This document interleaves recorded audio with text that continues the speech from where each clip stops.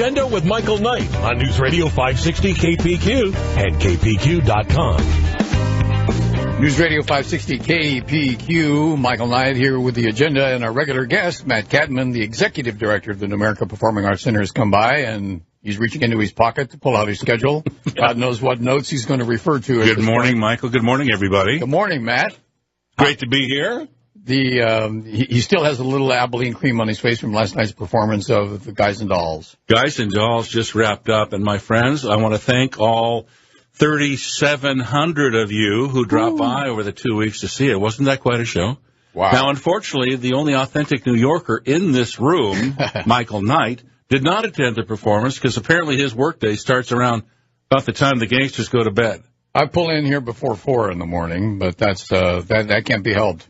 If you ever get a chance to visit with Michael or get him to get off script a little bit, he does a great New York accent, and he's an authentic New Yorker. My friend Bobby Sandler taught me how to speak New York. Just drop the R. It's so easy. New York. Well, you're right. Now, Michael, it is 2018. Okay. And I think it's time that we think of some other vernacular besides those words to show that you do know Boston. I don't. I just don't. I had a girlfriend in Boston. I would go there, but I could not master the accent. I just can't do it. So she dumped you. Well, that was coming. I could see it coming. Oh, my gosh. I'll tell you what, though, Guys and Dolls, what a hit. We just enjoyed it. Music Theater Wenatchee just hit a home run. Did you like your costume? Well, I wasn't in it. I was just introduced in the show, so I just stood I thought you were in it. No, I've been in it before, but I thought I would give Wenatchee a big break this year and stay out of it. Okay, well. Yeah, I've been Big Julie a couple times, but I'll tell you what, Steve Kunkel, who did Big Julie, did a great job. I mean, everybody did a great job, but so it's over, though. I've been for months and months. I would come here and tell everybody. That's what I hate about shows. Yeah, you got to close someday. And there's one thing worse than the show being over. Is sitting in the audience, sort of in your costume and sort of not, and watching them strike the set. Yeah. It kills you. Yeah. It kills you. Right. But, I always say, but then you can turn your attention to the next one, and so it goes, and so it goes. But this had an amazing set. You would have loved it. They actually built the sewer. It's the first show of Guys and Dolls I've seen, and maybe I've seen a dozen of them over the 60 years they've been around, that had this life-size, authentic sewer where the degenerate gamblers finally found a place to play craps.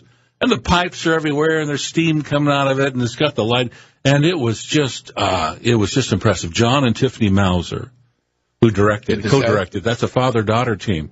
Wow. That's unusual. It's very unusual, and they make quite a team. They play to their strengths, and John is a great set builder, and Tiffany choreographed everything, and together they blocked it and put the whole thing together. And Christy Shearer was producer, and Music Theater had a great production team. And for the past 3 years, the New America Performing Arts Center has been in partnership, as you know, with Music Theater to bring the Apple Blossom musical back to the big stage. So, well, I hope it was Guys and Dolls. From what I heard, it was a huge success. Huge success. We could not have been more pleased. Huge artistic success and a fan favorite. So we're looking forward. Like Adelaide's complaint. No, you can't. No, it's one for the ages. And the fun part was every night that I would go out to thank our sponsors, there would always be not a smattering, but I'd say even more than a smattering of young children. Oh yeah, yeah. So a lot of people my age and older, of course, who grew up with it. But the younger generation, who doesn't love those fun sad sack gamblers and the dolls that love them? And the moral stories that they tell each other about life in the Roaring 40s. And you've been telling me about Damon Runyon all the whole year, and that interesting syncopation in terms of his syntax. I do not. Nobody uses contractions. I love that. Yeah, and it was just fun to hear it roll off the tongue. It's poetic to the point of inspiration. Well, it is. It's just sort of kind of harkens back to another day. But anyway. Well, what's I next? wanted to let There's you always know something that next in show business. Next year, as long as we're on the Apple Blossom musical theme, right? Next year is the 100th anniversary of Apple Blossom. The one they've done it 100 times. Pretty soon they're going to get the hang of it, and then we're going to be dangerous. And get this, Music Theater of Wenatchee has produced the Apple Blossom musical. Wait for it, 58 years in a row since 1961. So next year, to celebrate the 100th year of Apple Blossom. And also the Wenatchee World, which has been around for a little over 100 years. What are you going to do? We are going to do Disney's Newsies. Yeah. Big movie, big Broadway hit. Read all about it. Lots of big numbers. And so Wenatchee World's coming aboard to help us, but our great friends at North Cascades Bank, who helped present us this year and last year and the year before, they're coming aboard. So I'm just planting the seed, everybody, for 2019's Apple Blossom, the 100th year. What's that called? A centennial? Yes. Newsies. Disney's Newsies. And if you were to explain this in 30 seconds, what's the show about? Oh, it's about the strike, the newspaper boys' strike of 1906. So we're going back in time to New York once again. And the paper boys stand up to the big robber barons and say, you can't do this to us. And it becomes this big sort of civil rights theme for the streets belong to us. The poor. Yeah, the streets belong to us, and so do the newspapers. But it's a dandy show, and couldn't be more excited. So it's based on a real event. Yeah, it is. Wow, yeah. That's fun. But it's also a musical comedy with a little drama in it, of course, and big numbers. So you're going to have a younger group of actors this time. Well, we probably will, but we'll also probably skew a little younger in terms of our demographic, too, in terms of the audience, because you add the word Disney to it. Yeah. And suddenly you're back in Lion King country. You're calling Geppetto to see when he can come over. Yeah. You think of the string of hits Disney's had in terms of musicals? I know. And movies? So I would be lying to you if I said we wouldn't be counting on a little bit of that name recognition. But also everything else is coming together, and the Wenatchee World is just tickled that it's 100th year, and it's a whole newspaper theme. Cross promotion. So, yeah, we're going to have all kinds of little Wenatchee Daily World references through it. Did kids ever used to deliver the paper here, the Wenatchee World? My son delivered the paper. Really? I want to tell everybody here, my son Colby is rolling his eyes now, but he's in the studio with us today. He doesn't want to be embarrassed by his father or his father's strange friend. That would be unusual. But, how long did you deliver the paper? A couple years? 2.5 years? Two years on the mean streets of Wenatchee. Either in Wenatchee, a rite of passage is either you worked in the fruit or you were a newspaper boy. Those are your choices. Yeah, those are your choices when you're a kid. Get organized and then get out. Yeah. So we couldn't be more excited. So Guys and Dolls is in the books. We loved it. And we have only 2 more officially sanctioned events before the season turns into the summer, which is a whole other fine mess. I think I'm ready for the summer. Oh, 95 degrees out? I Beautiful know. breeze? I'm ready, too. I'm really ready. Well, for the remainder of your official season, what do you have planned? Well, I should say before that, why don't you all come down and see Stage Kids this weekend? They're doing another Disney show. They're doing Aladdin. Aladdin Jr. Yeah. And Aladdin opens on Thursday or the 17th. When is that? That's tomorrow. That's Thursday. Yeah, tomorrow. Tomorrow. So they're going to take over the pack for the weekend, and they have about 1,000 kids in it. Really, they do. they have more people in that than some small towns. It's like they have 100 people in each cast, and then they go to 2 full casts. That's like what happened. Michelle McCormick has a double cast, so there's 4 shows for one cast and 4 shows for another cast. Those little actors and actresses ever turn on us, we don't stand a chance. And 2 of them are genies. God knows it. Just rub the thing. What? No, don't touch it.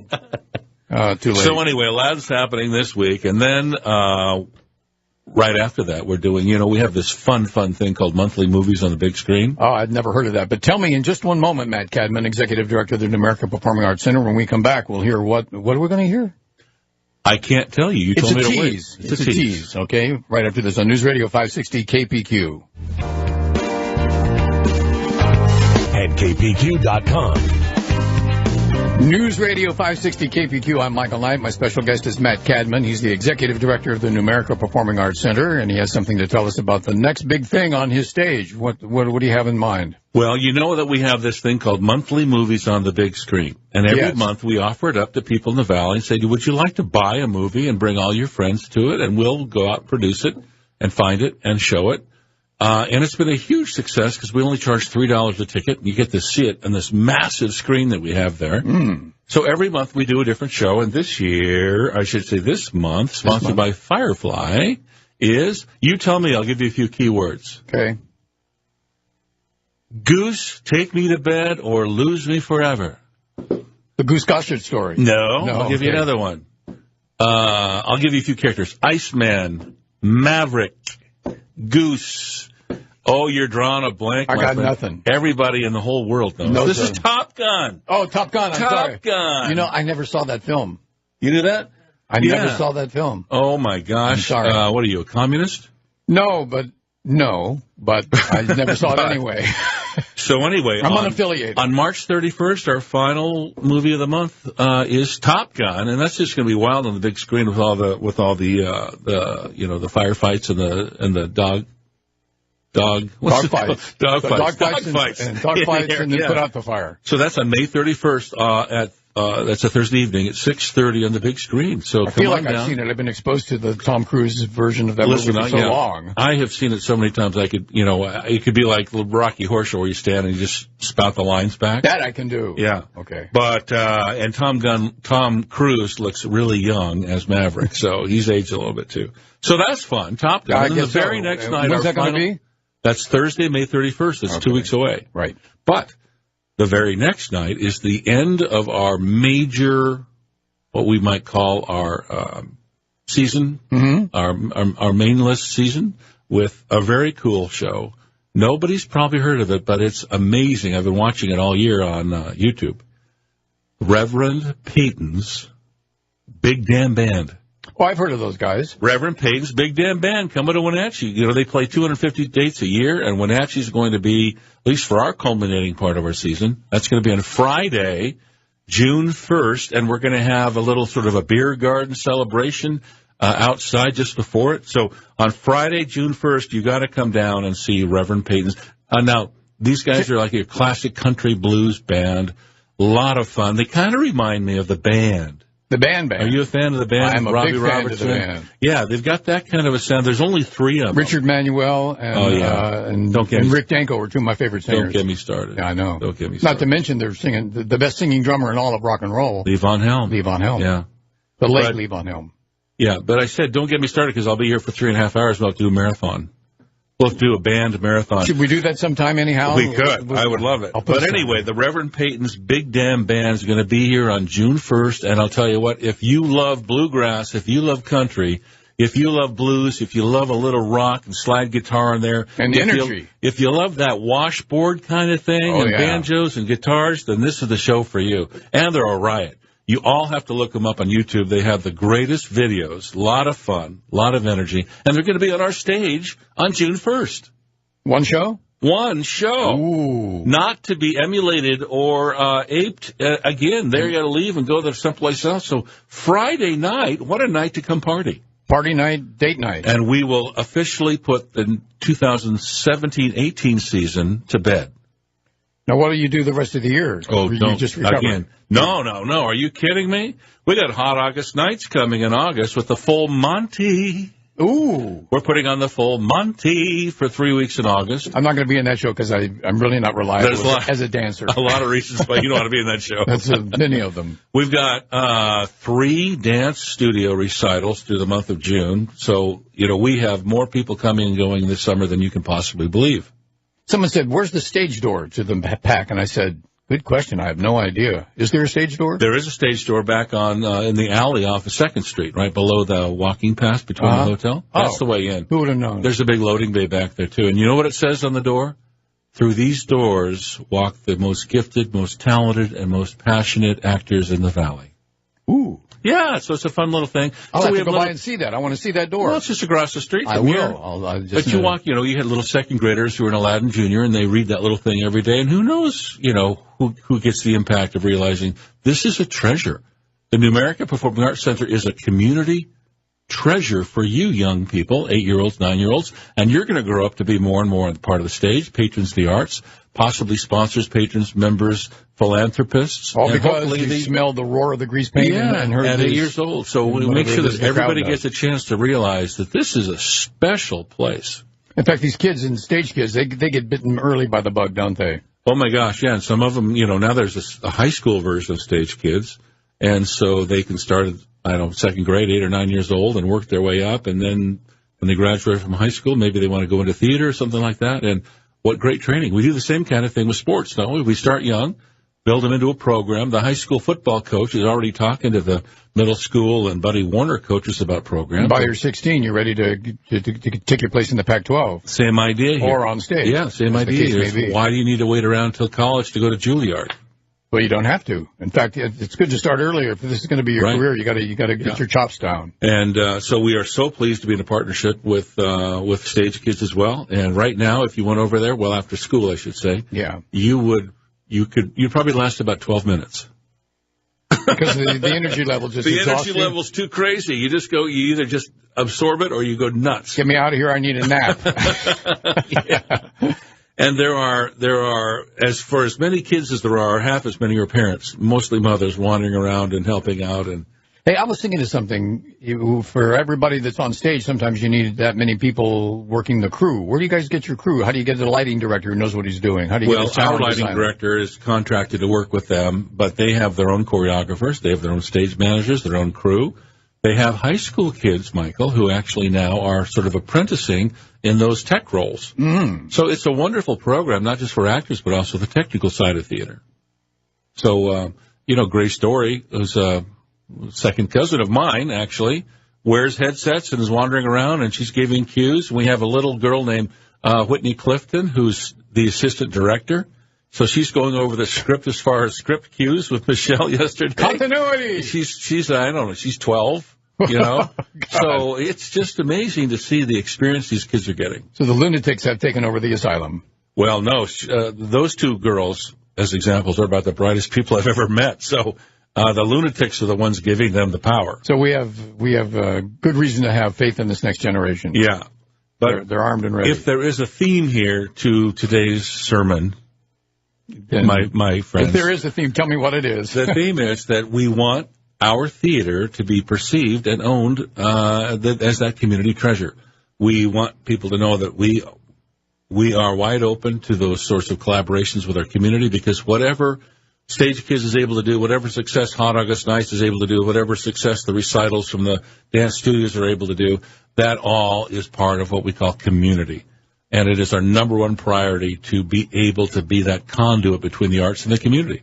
And so we are doing that more and more. And it just delights me to be able to serve in that way. And if you're sitting in the audience at Guys and Dolls, you're not just sitting there. You're part of the action. You're part of the reason the show was put on in the first place, and you're part of the reason that it succeeded. There would be no show without anyone in the seats, or our sponsors who are all local as well. So there are many levels of appreciation and many levels of philanthropy, whether you're giving from your talent, your treasure, or your time, or you just want to enjoy a night out and see the arts. The man's got his fingers carefully placed on the pulse of the public, and he knows what to do, and his name's Matt Cadman. He's the executive director of the America Performing Arts Center, and break a leg, Matt. Thank you so much, and maybe next year we'll see you as a newsboy. It's possible. Newsies.